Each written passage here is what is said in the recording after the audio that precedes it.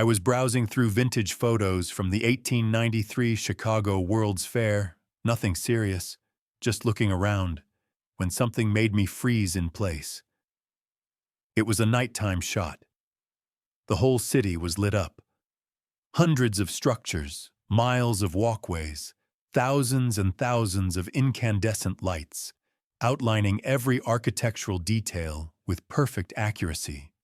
Illuminated fountains from the inside, lakes mirroring waterfalls of electric brightness. And this happened in 1893. This was Chicago, a city that had completely burned down only 22 years before. We're told that electric light represented the victory of modern illumination, the beginning of a new era. Perhaps that's accurate. Perhaps. But the more I examined it, the more that straightforward explanation started falling apart under the reality of what these images actually reveal. This wasn't limited to Chicago. It wasn't just a single fair, a single city, a single instance of technological display. The same pattern emerges with disturbing consistency across years, across continents, across events that were supposedly unrelated. And just as quickly as they appeared, they disappeared within months, destroyed and wiped away. These cities glowed, complete fabricated urban areas constructed in months, torn down in months. But during those short periods in between, they burned with light that seems impossible for the time that created them. This brings up a straightforward but essential question. How? Let me be precise about what these images show. The 1893 Chicago World's Fair spanned 690 acres. Just the primary structures contained more than 200 miles of incandescent light fixtures. We're told 120,000 lamps lit up the grounds. That's not a handful of buildings with electric lights as curiosities.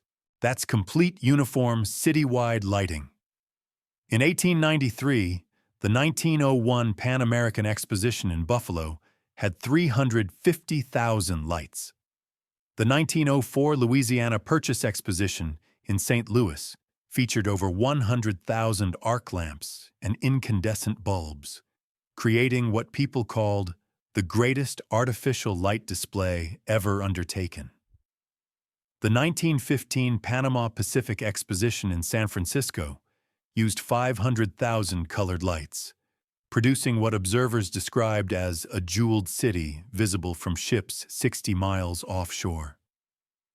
And here's the most bizarre part. These weren't lasting installations.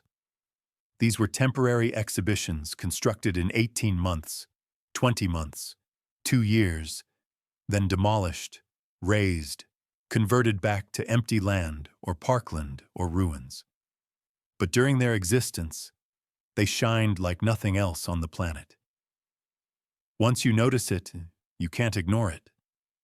The standard history claims that electric lighting was novel, costly, experimental. Edison's Pearl Street Station, the first commercial power facility, opened in 1882 in New York, supplying just 85 customers within a 1 square mile zone. 11 years later, the Chicago World's Fair illuminated 690 acres with 120,000 lamps. Does that progression make sense to you? Because it becomes more puzzling. These weren't just lights hung on existing framework. The images show uniform, complete illumination. Every structure, every pathway, every fountain, every sculpture soaked in light. The infrastructure needed is enormous. Power production, distribution systems, thousands of miles of wiring, transformers, junction boxes, maintenance networks, all for a temporary fair. All constructed in under 2 years, all taken apart and destroyed right afterward. The further I dug into the technical details, the more the standard explanation started breaking down. Think about what we're really being asked to believe. That during a period when most American cities had minimal or no electric lighting, when power distribution was just beginning, when the technology was impossibly expensive, during this exact moment, organizers somehow gathered the resources, knowledge, and organization to build the most advanced lighting systems the world had ever witnessed. Not in permanent setups for major cities, in temporary exhibitions. This creates another question. Where did the knowledge come from? The standard answer is that electrical contractors were brought in, that systems were put in place, that everything moved forward according to normal engineering practices. But what normal practices? These were the first setups of their type. There was no handbook, no earlier model. These exhibitions were supposedly groundbreaking demonstrations of technology that was still being developed, and yet they functioned perfectly, uniformly, across multiple continents, multiple cities, multiple fairs, all within a single generation's time. And that's when the phenomenon becomes impossible to overlook, because it wasn't limited to America. The 1889 Paris Exposition Universelle featured the newly built Eiffel Tower, lit by thousands of gas lamps and electric lights, producing what people at the time called an artificial sun. The 1900 Paris Exposition expanded the idea with the Palace of Electricity, generating 21,000 horsepower to illuminate the entire exhibition area. The 1908 Franco-British Exhibition in London had 120,000 lights transforming Shepherd's Bush into what newspapers described as a fairyland of illumination. The 1910 Brussels International Exposition featured comprehensive electric lighting throughout, with the Grand Palace alone holding 40,000 light bulbs. Sydney, Melbourne, Barcelona, Turin, Buffalo, St. Louis, Omaha, Portland, Seattle, San Francisco, San Diego, every significant fair, every exhibition, every World's Exposition, from roughly 1889 to 1915, showed the same pattern. Temporary cities, enormous scale, complete illumination, and then demolition. The pattern emerges with disturbing consistency. If you're just discovering this investigation, I recommend looking at these images yourself. They're not concealed. They're in archives, libraries, historical collections, nighttime photos of the world's fairs. Examine the evenness of the light. Think about the scale. Ask yourself, does the standard explanation satisfy you? Here's where we face what I call the coordination problem. Let's assume for a moment the standard story that these fairs represented the leading edge of electric lighting technology, that they were displays for the modern age, that the technology, while new, was truly capable of achieving these outcomes. Okay. But that creates an even more disturbing question. How did organizers across different continents, different cultures, different nations, all reach nearly identical architectural and technological solutions within the same limited time frame? The White City in Chicago, 1893, showed neoclassical architecture, uniform white structures, comprehensive electric illumination, grand courts and lagoons, all designed by Daniel Burnham's team. The Ivory City in Buffalo, 1901, had nearly identical aesthetics, white structures, electric spectacle, the same grand scale. The Court of Honor in St. Louis, 1904, repeated the pattern. The Jewel City in San Francisco, 1915, showed again the same basic template. And it wasn't just architectural style, it was the entire system. The layout, the materials, the lighting, the temporary character, the construction speed, and most significantly, the thorough documentation of the structures themselves, but the strange absence of detailed records about their construction processes. We have thousands of images of these finished cities. We have architectural plans. We have visitor descriptions, newspaper articles, official guides.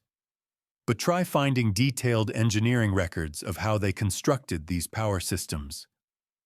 Try locating the training programs that produced thousands of electricians simultaneously across multiple continents. Try tracking the supply chains for the millions of light bulbs, miles of copper wire, generators, transformers. The evidence points to something much bigger than simple technological advancement, and then they vanished. Not slowly, not piece by piece, not repurposed or absorbed into existing cities. They were demolished systematically, completely. The White City in Chicago, which required 20,000 workers and cost over $28 million to build, was largely torn down between 1893 and 1894. Some structures burned in a fire, others were demolished. A few buildings remain, but the vast majority disappeared. The same pattern in Buffalo, in St. Louis, in San Francisco. These weren't basic wooden structures. The images show massive palaces, grand courts, elaborate facades. Many were constructed with staff, a mixture of plaster, fiber, and cement over steel or iron frames. Some structures were indeed more lasting, but the majority temporary despite their monumental appearance. And here's where the story fractures completely. If you had the ability to construct these magnificent structures, if you had mastered large-scale electric lighting decades before it became widespread, if you had coordinated this effort globally, why make it all temporary? Why not construct cities that would endure? The standard answer involves costs, land use, the nature of exhibitions as temporary displays. And maybe that's enough for you. Maybe the economic explanation works, but it didn't work for me. Because what troubles me most isn't what we're told about these glowing cities. It's what we're not told. Try finding mainstream historical analysis that seriously examines the technological anomaly. Try finding academic papers that question how this level of electrical infrastructure appeared so suddenly, so comprehensively, and then in terms of public adoption, moved so slowly afterward. The 1893 Chicago Fair had comprehensive electric lighting. 20 years later, most American homes still used gas or kerosene. The technology existed, the knowledge existed, the supply chains existed, but residential electrification moved at a crawl for decades. Why the disconnect? If these fairs proved that large-scale electrical systems were achievable, affordable enough for temporary exhibitions, why did permanent implementation take so much longer? The silence is deafening. Not conspiracy silence, not suppression, just absence. An absence of curiosity about the gap, an absence of serious questioning, an acceptance of the standard story despite the troubling holes it contains. Let me show you what else appears in these nighttime images. The quality of the illumination itself. Modern electric lighting creates harsh shadows, uneven distribution, bright spots, and dark zones. Gas lighting produces softer, more yellow light. But examine the fair images carefully. The light appears remarkably uniform, soft, diffused. It seems to come not just from visible fixtures, but from the structures themselves. Some buildings appear to glow as if the walls were translucent or the material itself luminescent. Now, there are explanations for this. Photographic exposure times could create this effect. The white staff material was specifically selected to reflect light effectively. Strategic placement of lights, reflectors, careful architectural planning, all could contribute, But when you see the same quality of illumination in Chicago, Paris, San Francisco, Brussels, and Sydney, all using supposedly different systems, different architects, different technologies, the coincidence becomes harder to dismiss. The further I looked, the more I realized I wasn't looking at primitive electric lighting systems struggling to illuminate temporary exhibitions. I was looking at something that appeared fully formed, sophisticated, comprehensive, not experimental, not developmental, not primitive, mature. This is what keeps me awake at night. Not whether these cities existed. We have photographic proof, not whether they were illuminated. The evidence is overwhelming. But this, where did the knowledge come from? Technology doesn't appear fully formed. It develops through stages, through trial and error, through gradual refinement. The history of electric lighting should show a clear progression from primitive setups to sophisticated systems. And in some ways, it does. Edison's early work, Tesla's contributions, the development of AC systems, we have that progression documented. But then these fairs appear and the progression jumps. The scale explodes. The sophistication leaps forward, and then, and this is crucial, it leaps backward again. The public infrastructure that follows is less comprehensive, less sophisticated than what was demonstrated at these temporary exhibitions. It's as if someone briefly opened a door to advanced capability, demonstrated it globally in these glowing cities, and then closed the door again, returning to slower, more gradual development. Why? I don't have an answer. I have questions. Many questions. Consider what happened after these fairs closed. The structures demolished, burned, repurposed, or left to decay. The detailed technical documentation sparse or missing. The thousands of workers who constructed these systems dispersed, unnamed, unrecorded in any comprehensive way. We have visitor descriptions, thousands of them. People describing the beauty, the spectacle, the wonder of these glowing cities. But try finding detailed accounts from the engineers who designed the electrical systems. Try locating comprehensive records of the power plants, the distribution networks, the maintenance procedures. Fragments exist, enough to construct a standard story, but not enough to truly understand how it was done. And this pattern, this specific pattern of preservation and omission repeats across every major fair. We remember the spectacle. We forget the mechanism. We preserve the images. We lose the blueprints. We commemorate the achievement. We erase the process. Once you see this pattern, you start seeing it everywhere. And here's what pulled me deeper into this investigation. These weren't the only glowing cities.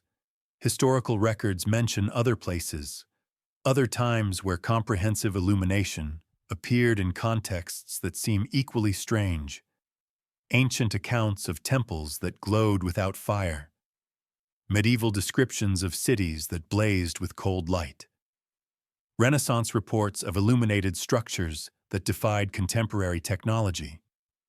Most historians dismiss these as myths, exaggerations, misunderstood natural phenomena.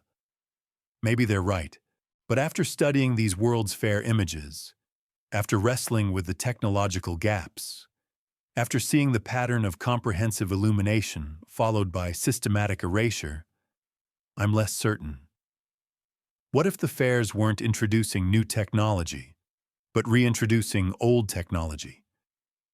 What if the knowledge existed before, was lost, was briefly recovered, and then lost again? I'm not claiming this is true. I'm asking, does the evidence allow for this possibility? So we return to where we began. The glowing cities. How is this possible? Not the simple mechanical answer. Electricity, generators, wiring. I understand those components. What I don't understand is the system that produced them so suddenly, so comprehensively, so globally, and then dismantled them so completely. I don't understand how temporary exhibitions in the 1890s achieved lighting sophistication that wouldn't become commonplace in permanent cities for another 30 to 40 years. I don't understand the coordination across continents, the uniformity of approach, the similar architectural languages, the repeated patterns of construction and destruction.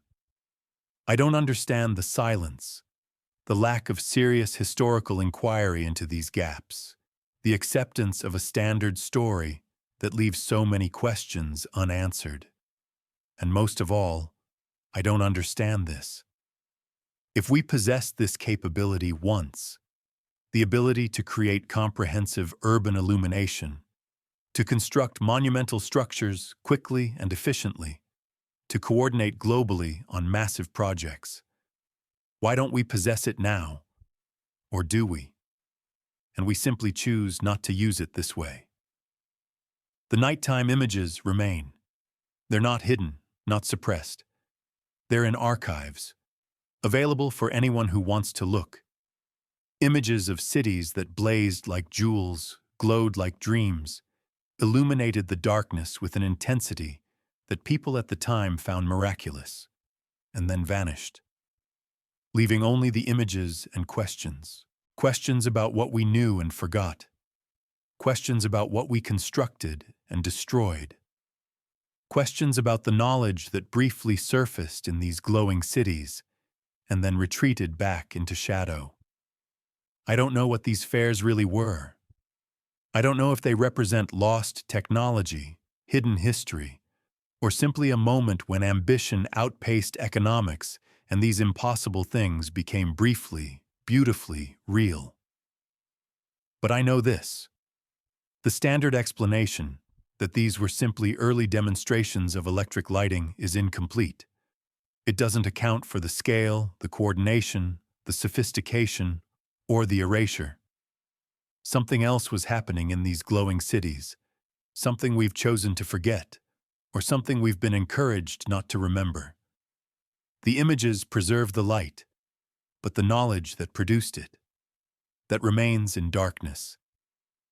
And perhaps that's where it was always meant to stay. Where are you watching this video from? Write in the comments which city or country you are from. We would love to know who is watching with us. Share your thoughts, observations, or questions. Every comment is important. And don't forget to subscribe so you don't miss any new videos. Together, we are creating a community of curious explorers.